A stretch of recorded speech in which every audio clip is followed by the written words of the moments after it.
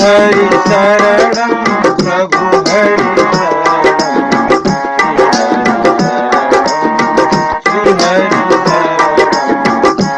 हरि शरणं प्रभु हरि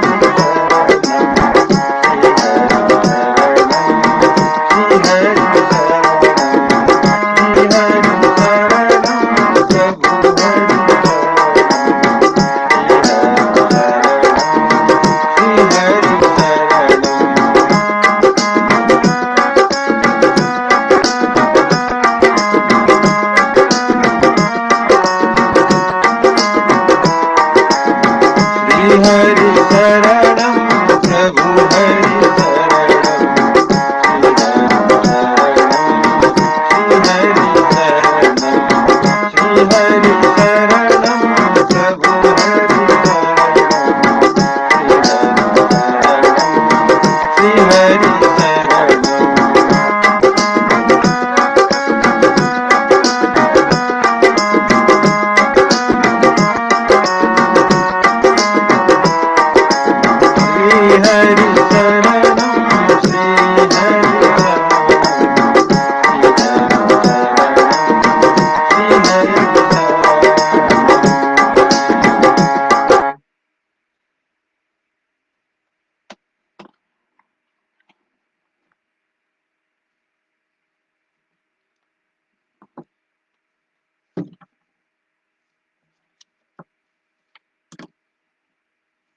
जय श्री हरि जय श्री कृष्ण। आज म श्री हरिवंश पुराणको 55औं दिनमा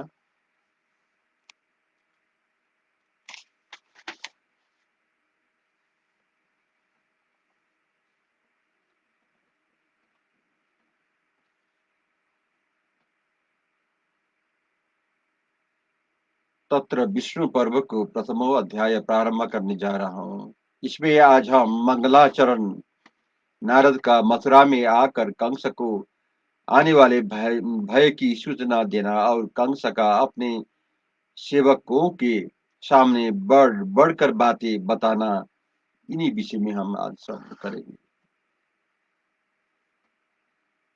नारायणं नमस्कृतं नरं चैव नरोत्तमं देवीं सरस्वतीं व्यासं ततो जयमुदीरये। जय श्री हरि। बदरिकाश्रम निवासी प्रसिद्ध ऋषि नारायण अथवा अंतर्यामी नारायण, नर नारायण सखा अर्जुन अथवा आदि जीव हिरण्यगर्भ तथा नरोत्तम, इन हिरण्यगर्भ एवं अंतर्यामी से भी श्रेष्ठ शुद्ध सच्चिदानंद घन पुरुषोत्तम श्री कृष्ण को और इन नर नारायण तथा नरोत्तम के तत्वों को प्रकट करने वाली देवी सरस्वती को एवं देवी सरस्वती ने संसार पर अनुग्रह करने के लिए जिनके शरीर में प्रवेश किया है, उन व्यास जी को प्रमाण करके अविद्या रूपी अज्ञान अंधकार को जीतने वाले इतिहास पुराण आदि ग्रंथों का पाठ आरंभ करें। वैशंपायन जी कहते हैं, जन्मेजय भगवान विष्णु और देवताओं के अंश भूतल पर अवतीर्ण हो चुके हैं। यह जानकर देवर्षि नारद कंस को उसके निकटवर्ती विनाश की सूचना देने के लिए मथुरा गए। स्वर्ग से उतरकर वे मथुरा के उपवन में खड़े हो गए और वहां से उन मुनिश्रेष्ठ ने कंस के पास एक दूत भेजा। उस दूत ने कंस के पास जाकर बताया कि नगर के उपवन में देवर्षि नारद पधारे हैं। नारद जी के आगमन का समाचार सुनकर कमललोचन असुर कंस जल्दी जल्दी पैर बढ़ाता हुआ अपने पुरी से बाहर निकला। उपवन में पहुंचकर उनसे वहां अपने स्पृहणीय अतिथि देवर्षि नारद का दर्शन किया, जो पाप ताप से रहित थे। उनका तेज प्रज्वलित अग्नि के समान जान पड़ता था। वे शरीर से सूर्य के समान दीप्तिमान दिखाई देते थे। कंस ने देवर्षि को प्रणाम करके उनका विधि पूर्वक पूजन किया। उसने कंस के लिए अग्नि के समान कांतिमान सुवर्णमय आसन देकर क्रमश आर्ध्य पाद्य आदि उपहार प्रस्तुत किए। तत्पश्चात इंद्र के सखा नारद मुनि उस आसन पर बैठे। बैठने के बाद वे परम क्रोधी उग्रसेन पुत्र कंस से बोले, वीर, तुमने मेरा शास्त्रीय विधि से पूजन किया है, इसलिए मैं तुम्हें एक आवश्यक बात बताता हूं। तुम मेरे उस वचन को सुनो और ग्रहण करो। तात, मैं ब्रह्मलोक आदि सभी स्वर्गीय लोकों में घूमता हूँ। उस विशाल मेरु पर्वत पर जा पहुंचा जो सूर्य देव का सखा है। फिर नंदन वन और चैत्र रथ वन का दर्शन करके मैंने देवताओं के साथ संपूर्ण तीर्थों और सरिताओं में, उसके बाद 3 धाराओं में बटी हुई दिव्य त्रिपथा नदी, त्रिपथ त्रिपथगा नदी, पुण्यशिला पुण्यलीला गंगा का दर्शन किया, जो स्मरण मात्र से ही समस्त पापों का विनाश कर देने वाली है। तत्पश्चात क्रमश दिव्य तीर्थों में स्नान एवं आचमन करके मैंने ब्रह्म ऋषियों से सेवित ब्रह्मा जी के भवन का दर्शन किया, जो देव गंधर्वों के वाद्य घोष से गुंजता और अप्सराओं के मधुर गीतों से निदादित होता रहता है। वहां से होकर मैं किसी समय हाथों में बीड़ा लिए मेरु के शिखर पर विराजमान ब्रह्मा जी की सभाएं में गया, जहां देवताओं का समाज जुटा हुआ था। वहां मैंने देखा कि श्वेत पगड़ी धारण किए नाना रत्नों से विभूषित ब्रह्मा आदि सभी देवता दिव्य सिंहासन पर बैठे हुए हैं। उस सभाओं में देवताओं की जो गुप्त मंत्रणा हो रही थी, उसमें मैंने सुना कि सेवकों सहित तुम्हारे वध के अत्यंत दारुण उपाय का ही विचार हो रहा है। कंस, वहां जो कुछ मैंने सुना है उसके अनुसार मथुरा में जो तुम्हारी यज्ञ छोटी बहनी, इसको फिर सुनिए, जो तुम्हारी यह छोटी बहन देवकी है, इसका 8वां गर्भ तुम्हारे लिए मृत्यु रूप होगा। वह गर्भ देवताओं का सर्वस्व तथा स्वर्ग लोक का आश्रय होगा। वह देवताओं का परम गोपनीय रहस्य है, वही तुम्हारी मृत्यु का कारण होगा। वही देवताओं का पर और अपर मोक्ष और स्वर्ग है। वही उन स्वर्गवासियों का स्वयंभू ब्रह्मा है। इसलिए मैं तुमसे कहता हूं कि वह महान दिव्य भूत है। कंस, वही पहले भी तुम्हारे मृत्यु रहा है और इस समय भी तुम्हारे लिए प्रशंसनीय मृत्यु रूप होगा। अतः तुम देवकी के गर्भ का उच्छेद करने के लिए प्रयत्न करो। यह मेरा तुम्हारे ऊपर प्रेम है, जिसके लिए मैं यहाँ तक आया हूँ। अच्छा, अब तुम संपूर्ण मनोवांछित भोगों का उपभोग करो, तुम्हारा कल्याण हो मैं चाहता हूँ। ऐसा कहकर जब नारद जी चले गए, तब कंस बहुत देर तक उनकी बातों पर विचार करता रहा। फिर वह दांत दिखाकर जोर जोर जोर से अट्टहास करने लगा और अपने सेवकों के सामने खड़ा हो मुस्का मुस्करा कर बोला, यह नारद मुनि सर्वसाधारण में उपहास के ही पात्र है, विशेष चतुर नहीं है। मैं बैठा अथवा सोया रहा हूँ, अब असावधान या मतवाला हूँ, किसी भी दशा में इंद्र सहित संपूर्ण देवता भी मुझे डरा नहीं सकते। मैं अपनी दोनों विशाल भुजाओं से इस धरातल को क्षुब्ध कर सकता हूँ। कंस बोल रहा है, मनुष्य लोक में कौन ऐसा पुरुष है जो मुझे छोप से डालने का साहस कर सके।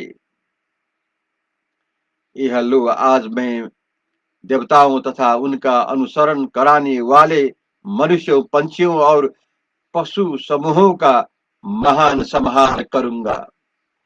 अश्वरूपधारी केसी प्रलंब, धेनुक, वृषभ रूपधारी अरिष्ट, पुतना और कालिय नाग को आज्ञा दे दो कि तुम सब लोग इच्छानुसार रूप धारण करके सारी पृथ्वी पर अपनी मौज से घूमो और जो हमारे पक्ष की निंदा करने वाले हो उस सब पर प्रहार करो। जो प्राणी गर्भ में निवास करते हो उनका भी पता लगा लेना चाहिए, क्योंकि नारद जी ने मेरे लिए गर्भों से ही भय बताया है। तुम लोग निश्चिंत होकर इच्छा अनुसार आनंद भोगो, मैं तुम्हारी स्वामी और संरक्षक हूँ। मेरा आश्रय लेकर तुम्हें देवताओं की ओर से कोई भय नहीं है। नारद बाबा बाबा तो युद्ध करने का ही खेल खेलते हैं। लोगों में फूट डाल देना उनका स्वभाव है। इस संसार में जो लोग बड़े स्नेह से भरी बहुत ही मिलजुल कर रहे हैं, उनमें भी फूट डालने में इन्हें आनंद आता है। ये बड़े और लोगों में सदा संघर्ष पैदा करते हुए घूमते रहते हैं। विभिन्न उपाय द्वारा राजाओं में बैर बढ़ा देने के लिए ये सर्वदा सचेष्ट रहते हैं। इस प्रकार केवल वाणी मात्र से प्रलाप करता हुआ कंस अपने भवन में चला गया। उस समय उसका चित्त चिंता की आग में जल रहा था। सही। अब मैं द्वितीय अध्याय प्रारंभ करता हूँ। इसमें कंस द्वारा देवकी गर्भ के विनाश का प्रयत्न, भगवान विष्णु का पाताल लोक में स्थित सटगर्भ नामक दैत्यों की जीवों का आकर्षण करके उन्हें निद्रा देवी की हाथ में देना और देवकी के गर्भ में क्रमश स्थापित करने का आदेश देकर अन्य कर्तव्य बताना तथा कार्य साधन के अनंत अनंतर बढ़ाने वाली उस देवी की महिमा का उल्लेख के विषय में हम श्रवण करते हैं। वैशंपायन जी कहते हैं, जन्मेजय क्रोध भरे हुए कंस ने देवकी के गर्भ उच्छेद करने के लिए उद्धत हो जाओ। पहले गर्भ से ही आरंभ करके वे सातों गर्भ नष्ट कर देने चाहिए। जहां संशय हो उस अनर्थ का मूल से ही उच्छेद कर देना आवश्यक है। देवकी अपने भवन में गुप्त रक्षकों द्वारा सुरक्षित रहकर अपनी इच्छा के अनुसार निर्भय विचरे, परंतु जब वह गर्भवती हो जाए उस समय उसे विशेष नियंत्रण में रखना चाहिए। मेरी स्त्रियां रजस्वाला अवस्था से ही प्रारंभ करके उनके गर्भधारण के मासों की गणना करती रहे। जब गर्भ के परिपक्व होकर प्रकट होने का समय आ जाए तब जो शेष कृत्य है उसे हम लोग स्वयं ही समझ लेंगे। मेरे हितैषी सेवक रात दिन सावधान रहकर स्त्रियों से सनाथ अंतपुर में वसुदेव जी की भली भांति रक्षा करे। श्रिया और हिजड़े भी उन पर कड़ी दृष्टि रखे, परंतु इसका कारण उन्हें नहीं बताना चाहिए। मनुष्यों द्वारा किया जाने वाला यह उपाय उन्हीं से साध्य हो सकता है, परंतु मेरे जैसे शक्तिशाली पुरुष जिस उपाय से देवी को दैव को भी प्रतिहत माने को निष्फल कर देते हैं उसे सुनो। भली भांति के लिए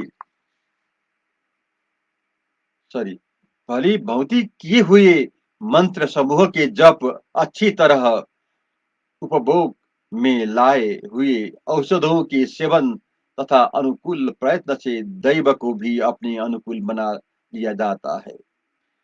वैशंपायन जी कहते हैं, राजन, इस प्रकार कंस देवकी के गर्भ का विनाश करने के प्रयत्न में लग गया। नारद जी से सारी बातें वह सुन चुका था, इसलिए भय से प्रेरित होकर अपनी रक्षा के लिए मंत्रियों के साथ मंत्रणा करने लगा। कंस का सारा प्रयत्न जगत के लिए उत्पात रूप ही था। उसे सुनकर अदृश्य भाव से वहां स्थित हुए परम पराक्रमी भगवान विष्णु ने इस प्रकार विचार किया, भोज कुमार कंस देवकी के इन 7 गर्भों को मार डालेगा अथवा 8वें गर्भ में मुझे अपने स्वरूप का आधान करना चाहिए।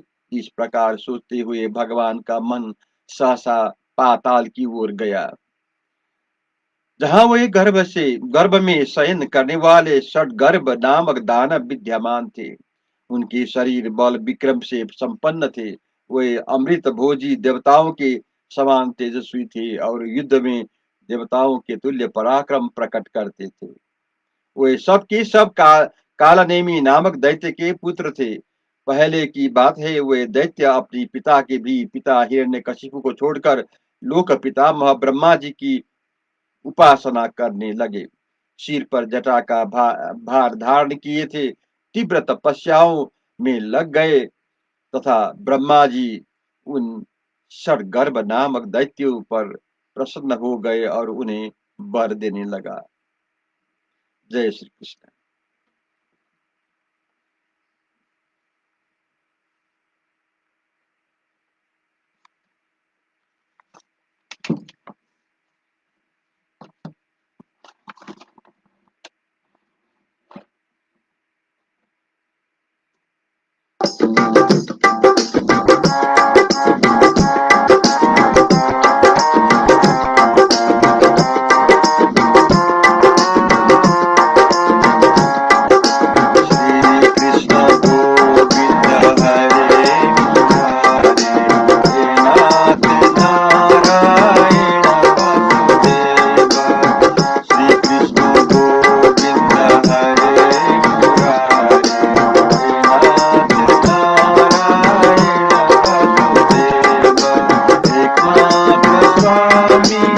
सखा हमारे नाथ स्वामी सखा हमारे हे नाथ नारायण वासुदेव श्री हरि शरणम प्रभु हरि शरणम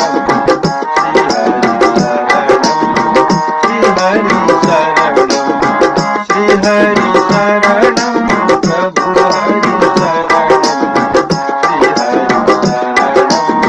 श्री हरि शरणम श्री हरि शरणम प्रभु हरि शरणम श्री हरि शरणम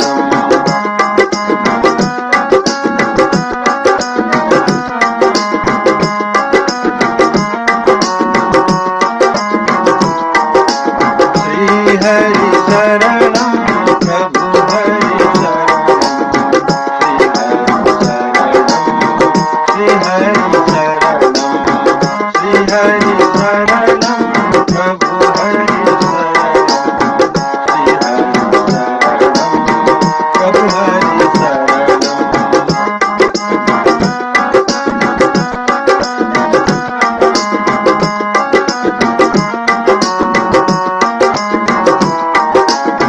श्री हरि शरणम प्रभु हरि शरणम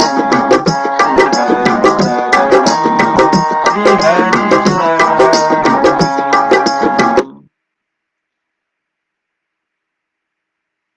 जय श्री हरि, जय श्री कृष्ण।